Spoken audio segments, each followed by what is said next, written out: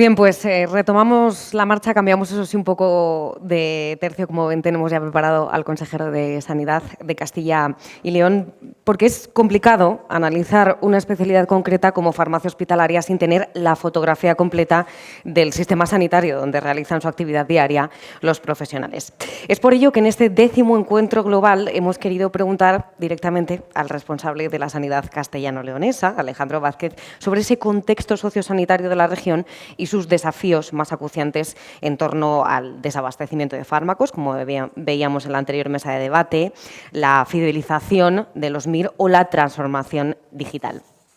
Antes de pasar a la entrevista, sí que nos gustaría repasar la amplia trayectoria de Alejandro Vázquez. Se licenció en Medicina y Cirugía precisamente aquí, en la Universidad de Valladolid. Su experiencia se extiende prácticamente, eso sí, por todo el Servicio Nacional de Salud, ostentando cargos de responsabilidad como el de director médico del área de salud de Ibiza y Formentera y en el complejo asistencial de Zamora. Un ascenso profesional que, lejos de languidecer, le llevaría hasta la política institucional, asumiendo el puesto de diputado en las Cortes de Castilla y León, donde ejerció el rol como portavoz de su grupo en la Comisión de Sanidad y a finales de 2021 a tomar las riendas de esta consejería, de la Consejería de Sanidad de Castilla y León. Ahora, casi 3 años después, todavía son muchos, ¿no?, los retos que figuran en el horizonte de esta sanidad, de la sanidad de Castilla y León, en el terreno sanitario y más concretamente también en el área de farmacia hospitalaria. Consejero, bienvenido. Buenos días, muchas gracias. Pues comenzamos hablando de esa autoridad académica que transmitió en el inicio de curso que en 10 años, en una década, volverá el paro médico. ¿Se puede dar esta situación? Y si se da, ¿cómo es posible acabar con ese contraste paro-escasez de profesionales? Bueno, yo quiero, en primer lugar, no caer en una visión simplista de lo que es el problema del paro médico, del paro de los especialistas sanitarios, porque realmente es un tema que tiene muchas vertientes, tiene muchas variables y, por tanto, creo que lo debemos de enfocar con rigor. Realmente la pregunta si puede darse, pues evidentemente puede darse, pero yo haría una consideración inicial. Ahora mismo hay 2.000 médicos en este país que no pueden trabajar en el Sistema Nacional de Salud puesto que no tienen la especialidad, no tienen acceso a la especialidad. Es decir, que digamos que para el Sistema Nacional de Salud están parados. Y la paradoja es que a pesar de la gran cantidad, la gran falta que nos hacen ciertos especialistas en todos los servicios que conforman el Sistema Nacional de Salud, hay 2.000 personas que no se pueden formar porque no tienen plaza de formación MIR. Evidentemente, dentro de unos años es previsible que en algunas especialidades pueda haber lo que se denomina paro médico. ¿Por qué se puede dar esto y qué es lo que yo creo que se debería de hacer para intentar mitigar ese posible problema que está en el horizonte? Pues yo creo que en primer lugar hay que hacer una planificación que desde mi modesto punto de vista no puede ser una planificación hecha únicamente en cada una de las comunidades, puesto que los médicos, los profesionales sanitarios, circulan de unas comunidades a otras dependiendo de su gusto. Por lo tanto, yo creo que esa debe ser una planificación que debe hacerse entre todas las comunidades autónomas y, por supuesto, con la función coordinadora del Ministerio de Sanidad, como así se reconoce dentro de la legislación. Que el Ministerio de Sanidad debe de coordinar a todas las comunidades en la planificación, que además ostenta en ella misma la planificación de la formación especializada. Por lo tanto, es imprescindible realizar esa planificación, como digo, no de modo aislado en cada una de las comunidades, puesto que solamente vemos parcialmente el problema, sino todos en conjunto para ver el conjunto del Sistema Nacional de Salud. Por otra parte, también yo creo que tiene que haber una planificación que cuente no solamente con las necesidades que se pueden perfilar en el Sistema Nacional de Salud, en la medicina pública, sino también debe tener en cuenta las crecientes necesidades que tienen los centros privados y que muchas veces absorben profesionales en detrimento del sistema público. Por lo tanto, creo que es obligado una planificación conjunta. De otra manera, no veo posibilidad de que pasemos periodos como un péndulo en el que pasemos de periodos de superávit médicos a periodos de escasez como el que estamos viviendo en este momento. En relación a ese colectivo, a los residentes, la cobertura sanitaria de Castilla y León ha sido, de hecho, una prioridad para su consejería, con un importante programa de fidelización destinado precisamente a los MIR que terminan su residencia hace poco en el SACIL. ¿Qué balance nos puede hacer, una vez iniciado el curso, acabando ya septiembre, de este programa para retener ese talento? Pues es una pregunta que diríamos muy de actualidad, porque no sé si sabe usted que en las últimas 24 horas hemos recibido una carta de la señora ministra encomiándonos a hacer un programa de fidelización. Lamentablemente la vamos a tener que contestar que en Castilla y León hace ya 10 años, que estamos próximos a los 10 años, en los que bajo diferentes modalidades tenemos programas de fidelización. Y realmente para nosotros es un reto importante el poder retener a todos aquellos especialistas, médicos, farmacéuticos, biólogos que se forman o psicólogos que se forman en nuestro sistema MIR, y para ello, como digo, tenemos un ambicioso programa de fidelización. Programa que nos ha llevado hasta este momento, porque todavía estamos en desarrollo con aquellas especialidades que no han terminado el periodo formativo, no terminan precisamente hasta estas fechas. Hasta este momento ya tenemos fidelizados en este año un total de 320 especialistas, y además algo que nos satisface profundamente, y es que en una comunidad que se dice que no tiene atractivo, pues eso se dice, como es Castilla y León, pues casi 70 han venido de fuera. Es decir, que realmente el programa es un programa atractivo porque, aparte del contrato ordinario como cualquier otro facultativo de asistencia sanitaria, lleva unas características en cuanto a seguir formándose estos especialistas jóvenes, pues con cursos o con programas de posgrado, y también, por supuesto, con participación en la investigación. Todo ello para intentar hacer más atractivo este programa y conseguir que, por lo menos, paliar parte del grave problema que tiene Castilla y León, como el resto de los servicios de salud que conforman el sistema nacional, de falta de profesionales, sobre todo en determinadas especialidades. En ese marco de desafíos, en las Cortes, el grupo que sustenta el Gobierno, del que usted forma parte, ha llegado a un acuerdo con el PSOE para blindar las urgencias médicas rurales. Se acaba así con esta polémica, es decir, ¿son posibles más pactos, más acuerdos, más caminos comunes de este calado en la sanidad de su región? Por desgracia, estamos elevando a categoría algo que es anecdótico, que es llegar a un acuerdo en una enmienda transaccional en el transcurso de la ley de blindaje, que se dice, de los servicios públicos esenciales en Castilla y León. Y, como le digo, no deja de ser categoría de anécdota. Y la historia lo dice así. En los últimos 3 años casi que estoy yo ostentando la responsabilidad, pero antes de ostentar incluso la responsabilidad en todos los gobiernos de Alfonso Fernández Mañoco desde el año 2019, se ha tendido la mano a las fuerzas de oposición y principalmente al Partido Socialista para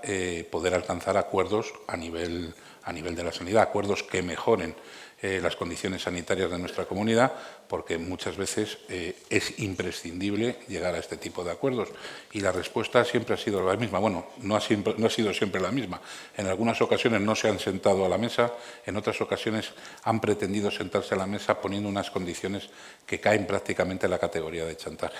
Yo no pierdo la esperanza, y no perdemos la esperanza, de que en Castilla y León podamos llegar a algún acuerdo sanitario, porque creo que es enormemente beneficioso para la población. Los acuerdos, como siempre, tienen que llevar cesiones por ambas partes. No es posible sentarte a acordar algo con alguien teniendo que aceptar el 100% de lo que dice. Hasta ahora esta ha sido la dinámica, y realmente, nuevamente, esta semana pasada el presidente de la Junta se ha reunido con todas las fuerzas políticas y ha vuelto a ofrecer una mesa a todas las fuerzas políticas para sentarse a negociar, entre otras cosas, las condiciones del servicio sanitario.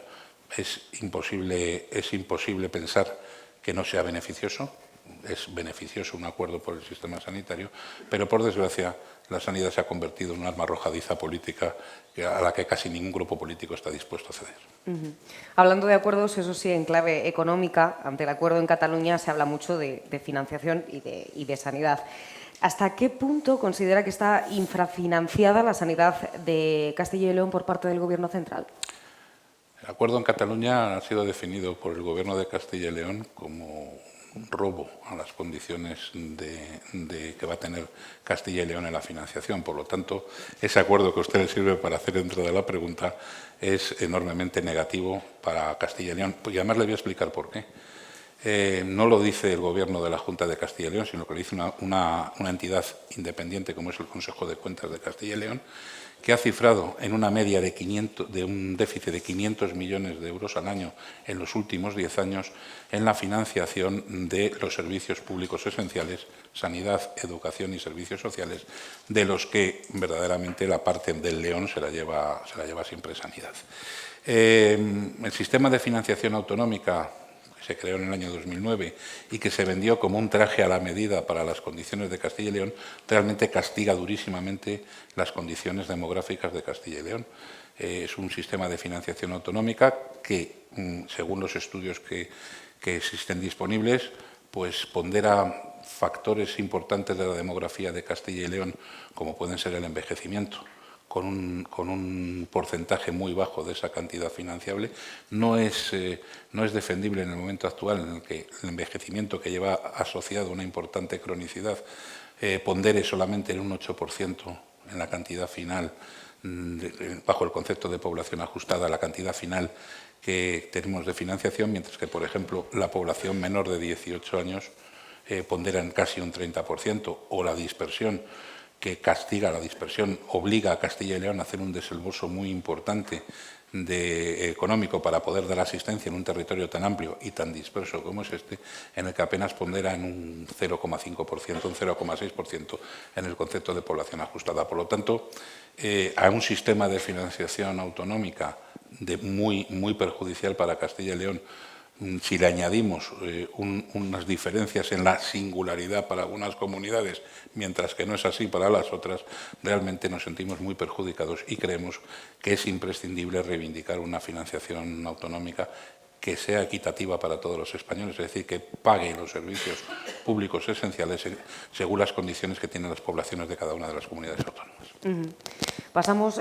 consejero, de la economía a la tecnología, porque es cierto que son muchos los sectores que están mirando ya hacia esa transformación digital como el camino lógico a seguir en el futuro, en estos próximos años. ¿En qué punto está la sanidad en este sentido castellano-leonesa y cuáles son los horizontes en un futuro a corto y medio plazo?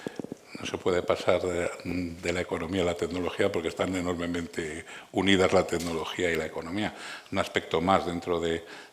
las necesidades crecientes, ya no solamente son las necesidades asistenciales o de farmacia, sino que las comunidades autónomas, los servicios de salud, tenemos unas necesidades muy importantes en cuanto a la tecnología, porque verdaderamente la tecnología, la digitalización es cada vez más importante y, como yo les digo muchas veces, constituye ya un servicio más hospitalario, es decir, el servicio de lo que era antes la informática, que apenas tenía una pequeña repercusión. Hoy en día todo el tema de digitalización es un tema muy importante. Nosotros, desde mi llegada a la responsabilidad de la consejería, pues lo primero que hicimos, algo importante, es tener una Dirección General de Salud Digital, ¿no?, para que precisamente darle una importancia como ahí tiene. Y hemos dirigido nuestras medidas a tres ámbitos. En primer lugar, al ámbito del ciudadano, al ámbito del paciente. Hemos estado trabajando por mejorar una aplicación que es ampliamente utilizada ya por casi 1 millón de castellanos y leoneses, que es el SACIL Conecta, una aplicación en la cual se relacionan con el servicio de salud a través del teléfono móvil. Realmente nos ha sido una aplicación bastante útil en la época de la pandemia y sigue siendo útil y hay que mejorarla continuamente. También hemos apostado por que los pacientes dispongan de su información en la carpeta del paciente. Cada paciente tiene sus datos clínicos más significativos, sus tratamientos, sus vacunas dentro de la carpeta del paciente, y esto nos lleva también a mejorar ciertas aplicaciones, como puede ser, por ejemplo, todo el tema de visado de recetas o de receta electrónica, que también tiene una importancia notable para el paciente. Un segundo bloque importante es el de la infraestructura, lo que es la infraestructura, y más en una comunidad como esta, que le digo que tiene multitud de centros asistenciales dispersos a lo largo de la geografía. Ha habido que reforzar notablemente la conectividad de los centros de salud, de los 247 centros de salud de Castilla y León o de los 3.600 consultorios locales para que dispongan de una fibra óptica en condiciones que permita conectarse y realmente poder recibir todas las ventajas que tiene la salud digital hoy en día a los profesionales y a los pacientes. En segundo lugar, también hemos tenido que reforzar, debido a la importancia que está adquiriendo todo el tema tecnológico, las redes wifi de nuestros hospitales, con un importante desarrollo para poder que toda la tecnología pueda comunicarse entre sí y, cómo no, también completar algo que para nosotros es muy importante, que es toda la red de telepresencia, de telemedicina, con la instalación de más de 320 puntos en la comunidad, con una buena calidad de imagen, una buena calidad de sonido, que nos permite pues poder hacer que el paciente se desplace menos a lo largo de la comunidad. Y por último, pues cómo no, el viejo proyecto que llevamos muchos años y esperemos culminarlo con la legislatura al final del 2025, que es el proyecto de historia clínica electrónica. El proyecto de historia clínica electrónica para que cualquier profesional, aprovechando todo lo que había hecho ya y trabajado, para que cualquier profesional, independientemente de su nivel asistencial en el que trabaje, pueda acceder a toda la información del paciente. Hemos completado, estamos a punto ya de poner en marcha también algo que nos parece importante en una comunidad como esta, que es conectar a nuestros servicios de emergencias a toda la historia hospitalaria para poder valorar mucho mejor a los pacientes desde el primer momento y que además nuestros servicios hospitalarios puedan aprovecharse de lo que se hace cada vez más cosas durante los traslados y, como no, desarrollar muchas aplicaciones departamentales que nos permiten conformar pues, la de la enfermedad renal crónica, el sistema integral de laboratorios en toda Castilla y León, que nos permite conectar todos los laboratorios, los sistemas de quirófano, de control y gestión de quirófano. Es decir, estamos haciendo el famoso Oncocil, que ya que estamos a nivel de los farmacéuticos, pues estamos desarrollando Oncocil. Es decir, estamos haciendo una apuesta muy importante por todo lo que es la tecnología digital, la salud digital, que creo que va a venir a mejorar en mucho nuestros procesos asistenciales. Y hablando de novedades y también de medidas, a principios de septiembre las Cortes castellano-leonesas aprobaron, a propuesta del Partido Popular, que la comunidad impulsara la farmacoterapia. ¿Qué planes tiene para dar espacio a esta decisión parlamentaria y de qué forma se puede implicar en ello tanto a la oficina de farmacia como al farmacéutico de hospital? Bueno, nosotros hemos tenido siempre en mente, no desde mi llegada, sino antes, que los castellanos y leoneses tengan un acceso en igualdad a toda la prestación farmacéutica en todo el territorio y que, por supuesto, esto nos lleva también, por un sentido importante de responsabilidad, a optimizar todo nuestro proceso de prestación farmacéutica, tanto a nivel de atención primaria como a nivel de atención hospitalaria. Hay que tener en cuenta que, bueno, Castilla y León, como le digo, bueno, como el resto de servicios de salud que constituyen el Sistema Nacional de Salud, una muy buena parte de su presupuesto se dedica a farmacia, tanto hospitalaria como por receta, como gasto por receta. Actualmente en Castilla y León andamos alrededor de los 1.200 millones de euros en productos farmacéuticos y esto pues, es prácticamente el 25% del presupuesto sanitario de la comunidad. Entonces, por lo tanto, es muy importante el tener una buena y optimizada prescripción a todos los niveles. Nos lleva el acceso, además, también y ahora hablaremos un poco de hacia dónde hemos querido trabajar. Hay otro aspecto muy importante en cuanto al acceso, porque una prescripción farmacéutica sin un buen acceso al medicamento en una comunidad tan dispersa como esta, pues también tenemos que mejorar. Tenemos una red importante de oficinas de farmacia, concretamente alrededor de 1.600, y en relación a la población somos la segunda comunidad autónoma con mayor número de oficinas de farmacia en relación a la población, después de Navarra. Pero nuestra peculiaridad demográfica nos lleva a que muchas de estas farmacias, concretamente 800, estén en municipios de menos de 5.000 habitantes. Y esto pone en dificultades la viabilidad de muchas de ellas. Por lo tanto, en muchas ocasiones, concretamente en más de 200, hemos tenido que aplicarlas el plan de viabilidad, ayudando desde la comunidad a la viabilidad y sostenibilidad de esta farmacia, porque nos parece que la farmacia a nivel de atención primaria en Castilla y León es un agente sanitario de enorme importancia. Por otra parte, en cuanto a lo que es el tema en sí mismo de la prescripción, pues a nivel hospitalario nos hemos dedicado por una comisión central de farmacia que evalúa y además evalúa siempre con el rigor que tienen los farmacéuticos hospitalarios. Y lo dice alguien que ha tenido que debatir muchas veces con los farmacéuticos hospitalarios. Pues con el mismo rigor que tienen esa comisión central, se encarga de evaluar las novedades terapéuticas que son pedidas por parte de los médicos de la comunidad.